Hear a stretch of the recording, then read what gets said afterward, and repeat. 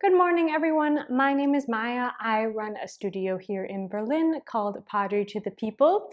Today, we're actually in my studio. Normally, I'm filming from home, but this time I'm going to show you around my studio because I want to show you something that a couple of people have asked ever since my How to Sell Pottery Online video, and that is how to ship your pottery in an eco-friendly way. Now, this is something I don't talk a lot about on my YouTube channel, but for me, this is something really important to make sure that my studio is as eco-friendly as possible.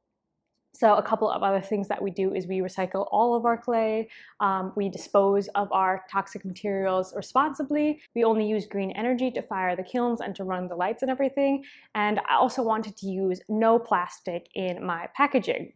It took a little while to figure out, but I have a really good system now that I would like to show you today. So let's get into it.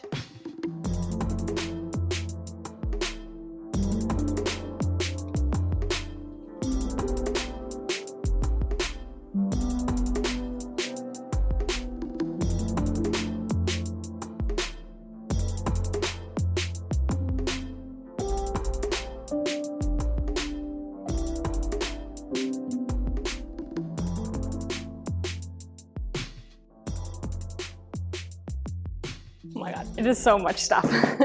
I basically brought everything up from my cellar where I store this stuff to show you. So there are basically three different things I think about when I think about packaging. One is the box itself. One is the thing that goes around the pot. Traditionally, you would use something like bubble wrap or something. And then the last thing is what fills in all of the gaps because our pots are not square shaped, so there's always some gaps in our box. So let me just talk about the boxes first. So I have a bunch of different sizes of boxes, obviously, because I'm not only selling pottery, but I'm also selling tools and clay. But I recommend for pottery, the best box you can get is double corrugated. That means there are 2 layers of corrugated cardboard on all of the walls of the box. And this is really helpful because it helps to protect your pots. It's like making a stronger wall for your pots versus the small one, which has only 1 layer of corrugation. And this is a much flimsier, weaker box. So if you're going to be selling pottery in a single corrugated box, you're going to need to make sure the inner packaging is extra strong. I usually only use this for materials though. Okay, so of course you need to close the boxes with something. Traditionally, you would use that kind of clear plastic tape. I find that this paper tape works fantastic. My tape, actually this is an off-brand, it works just as fine, but usually I buy this tape called Tesa, T-E-S-A. I have no idea if it's available outside of Europe or even outside of Germany, but what you want to be looking for is paper tape. Yeah, this tape is awesome. I use it for pretty much anything, and I'm not sure how biodegradable the glue is, but at least it's paper and not plastic. And it's a pretty strong packaging tape as well. Okay, so that's the boxes. Now I want to talk about what goes around the pottery. So there's pretty much paper alternatives to anything. I have some bubble wrap here because I wanted to mention I do reuse materials. Like I don't know where this bubble wrap came from, but it somehow arrived in my studio, and I will reuse these. So if you ever find bubble wrap in my packages, you'll know that it's been being reused, or any sort of plastic. I'll never buy new plastic, but of course, if the plastic already exists, let's reuse it. Bubble wrap's great, just not good for the environment. But my replacement for bubble wrap is this corrugated cardboard roll here. I love this. It's basically functioning in the same way as bubble wrap. It's not as plush as bubble wrap is, but it is more stiff, which definitely protects your pots pretty well. I also have, sometimes I'll also wrap the pots in some newsprint. This is something we just keep in the studio for customers to wrap up their pottery with. Yeah, I mean, you can use newsprint. I used to also use newspaper a lot. Newspaper doesn't give quite as much protection as the corrugated cardboard does, but it's also pretty good. I'm going to show you in a minute how I wrap this to make sure that the pots are nice and safe. But the last thing I want to talk about is the stuffing. So this is the time that I'm probably reusing the most materials that I get from other packages. So I have this bag, and this is just full of miscellaneous stuffing material. that has found its way into our studio. So my clay supplier uses these a lot. I really like to use them a lot too. And so it just keeps going on and on. The only of the stuffing material that I don't actually reuse because I hate them is these pillows, these packaging pillows. So they can come in plastic or they can come in paper too. But I just hate them so much because not only do they never fit the space right, but they also sometimes shift in transportation. So I definitely don't recommend those. These types of paper things, or even just like, I don't know, whatever this is called, this is the good stuff. However, sometimes I run out of this stuff, so I've also bought some biodegradable packing peanuts. I actually really love these. These are my favorite things to use. And you can actually put this into your home compost and it will just go away. I guess it's corn based. But anyway, these are biodegradable packing peanuts that I don't feel bad about filling all of the gaps. And these, in my opinion, are the best because you just pour them in and it's just really easy.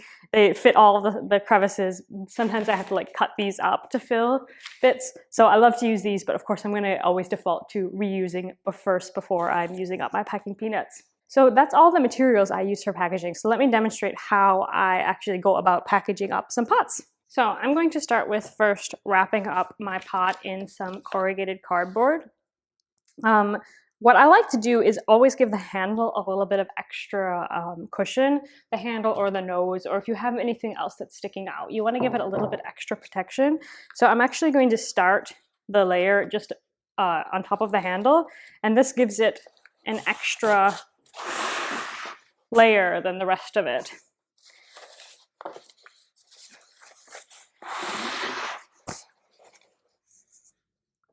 And I always go around twice.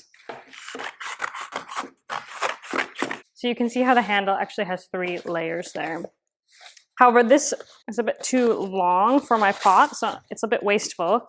So I'm going to cut off a bit here.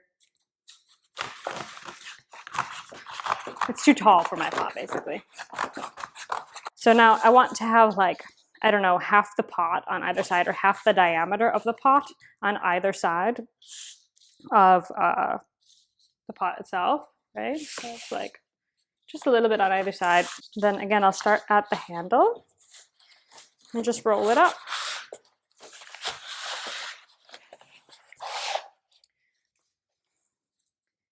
Take a little piece of tape, you don't need much, and just tack it on there. And then I'm going to just fold in the edges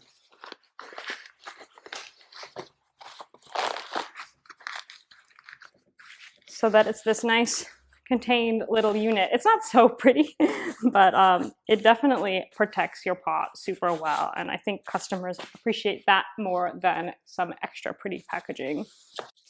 Next, I'm going to select the box that I think fits my pot.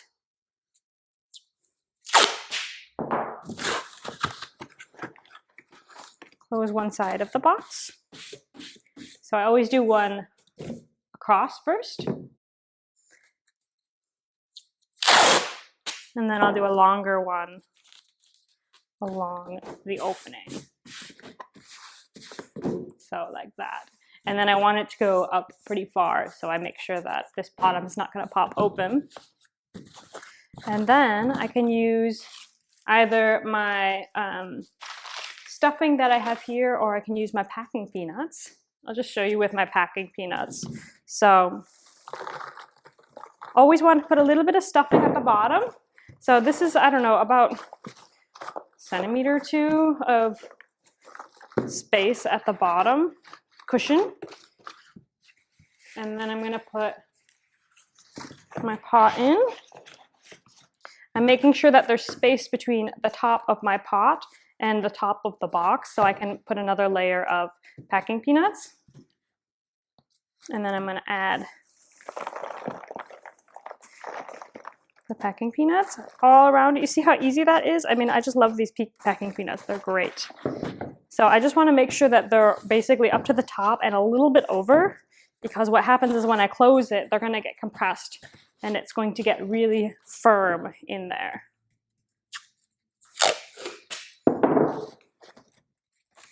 Same on the top to seal it.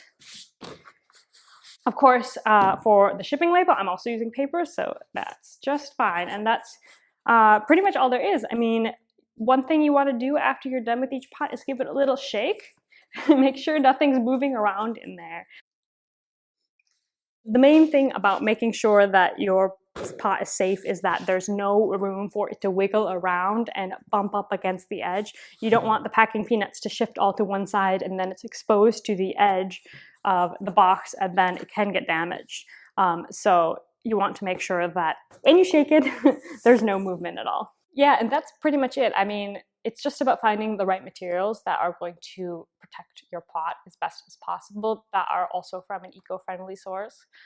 They might cost a little bit more, but for me, it's worth it because I want my studio to have a positive impact on the world and not contribute to this disaster of a planet that we live in.